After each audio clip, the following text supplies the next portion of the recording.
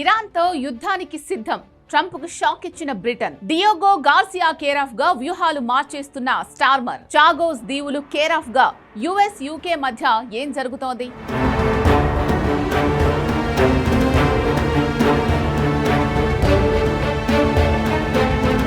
Diogo Garcia స్థావరాన్ని దృష్టిలో పెట్టుకుని Trump చేసిన సంచలన ప్రకటన ఇది.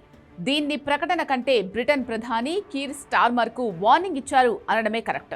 ఇటీవల చాగోస్ దీవులను మారిషస్ కు అప్పగించేందుకు బ్రిటన్ ప్రధాని కీర్ స్టార్మర్ అంగీకరించారు. ఈ నిర్ణయాన్ని ట్రంప్ అతిపెద్ద తప్పిదంగా అభివర్ణించారు.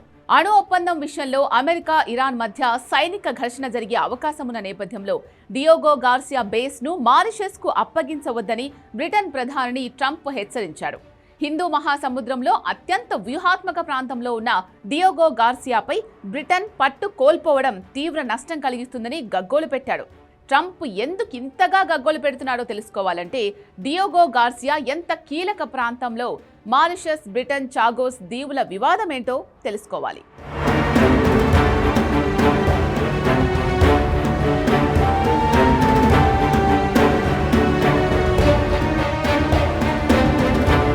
మాల్దీవులకు దక్షిణాన భారత తూర్పు తీరానికి సమీపంలో హిందూ మహాసముద్రంలో ఉన్న 60కి పైగా చిన్న దీవుల సమాహారమే చాగోస్. ఈ దీవుల్లో అతి పెద్దది డియోగో గార్సియా. ఇక్కడే యూకే, అమెరికా సంయుక్త మిలిటరీ స్థావరం ఉంది. 1814లో నెపోలియన్ యుద్ధాల తర్వాత బ్రిటన్ ఈ దీవులను ఫ్రాన్స్ నుంచి స్వాధీనం చేసుకుంది. 1969లో బ్రిటన్ వలస పాలన నుంచి మారిషస్ స్వాతంత్ర్యం పొందడానికి ముందు వరకు ఈ దీవులు మారిషస్లో భాగంగానే ఉండేవి. అయితే బ్రిటన్ మారిషస్ను చట్ట విరుద్ధంగా విభజించిందని అంతర్జాతీయ న్యాయస్థానం అభిప్రాయం వ్యక్తం చేసింది. అమెరికా సైనిక స్థావరం ఉన్న డియోగో గార్సియా సహా చాగోస్ దీవులను మారిషస్ కు తిరిగి అప్పగించాల్సిందే అని ఐక్యరాజ్యసమితి సాధారణ సభ బ్రిటన్ను డిమాండ్ చేస్తూ తీర్మానించింది. కానీ దీనిని బ్రిటన్ అంగీకరించలేదు. చివరికి దశాబ్దాలుగా కొనసాగుతున్న వివాదానికి చెక్ పెడుతూ గత ఏడాది బ్రిటన్ చాగోస్ దీవుల పరిపాలనా హక్కులను మారిషస్ కు అధికారికంగా బదిలీ చేసే ఒప్పందానికి అంగీకరించింది. అయితే డియోగో గార్సియాలోని యుఎస్, బ్రిటన్ సంయుక్త సైనిక స్థావరాన్ని మాత్రం 99 ఏళ్ల లీజుకు బ్రిటన్ తన వద్దే ఉంచుకుంటోంది.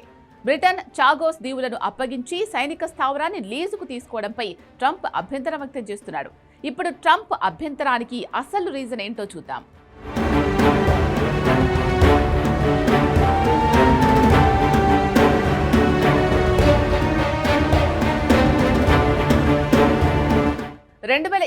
ఏప్రిల్లో ఇరాన్తో ఉద్రిక్తతలు పీక్స్ కు చేరినప్పుడు సుమారు 6B-2 బాంబర్లను డియోగో గార్సియా బేస్ కు తరలించారు.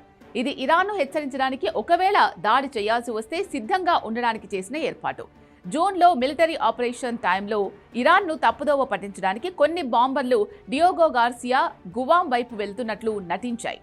కానీ అసలు దాడి చేసిన 7 బాంబర్లు అమెరికాలోని మిస్సోరీ నుంచి నేరుగా 18 గంటల పాటు ప్రయాణించి గాలిలోనే ఇంధనం నింపుకుంటూ వచ్చి ఇరాన్పై బాంబులు వేశాయి.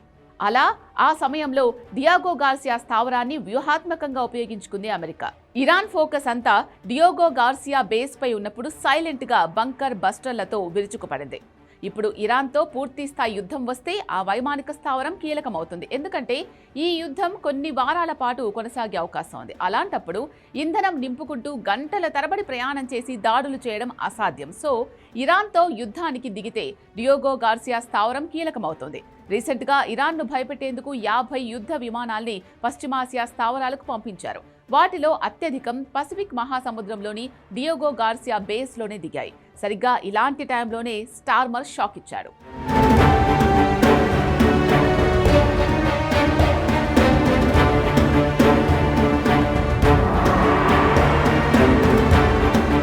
ఇరాన్పై దాడి చేసే ప్లాన్లో భాగంగా బ్రిటన్కు చెందిన డియోగో గార్సియా బేస్ను ఉపయోగించుకునేందుకు అమెరికా ప్రత్యేక అనుమతి కోరింది. ఇరాన్పై దాడి టైంలో అవసరమైతే ఉమ్మడి ఎయిర్ బేస్ వాడుకునేందుకు ట్రంప్ సర్కార్ బ్రిటన్ పర్మిషన్ అడిగింది. కానీ ట్రంప్ అభ్యర్థనకు ఝలకిస్తూ యూకేలోని కీర్ స్టార్మర్ ప్రభుత్వం అందుకు నిరాకరించింది. అటువంటి దాడిలో పాల్గొని అంతర్జాతీయ చట్టాన్ని ఉల్లంఘించబోమని తేల్చి చెప్పింది. ఈ దాడికి ఎట్టి పరిస్థితుల్లో అనుమతి ఇచ్చేది లేదని పేర్కొంది. ఇరాన్పై దాడికి అన్ని విధాలుగా సిద్ధమైన ఈ టైంలో బ్రిటన్ హ్యాండ్ ఇచ్చేసరికి ట్రంప్ అగ్గి మీద గుగ్గిలమవుతున్నాడు. చాగోస్ దీవులను మారిషస్ కు ఇవ్వడం వ్యూహాత్మక తప్పిదం అంటూ ఇప్పటి వరకు ఉమ్మడిగా ఉన్న డియోగో గార్సియా స్థావరాన్ని పూర్తిగా సొంతం చేసుకునే దిశగా పావులు కదుపుతున్నాడు.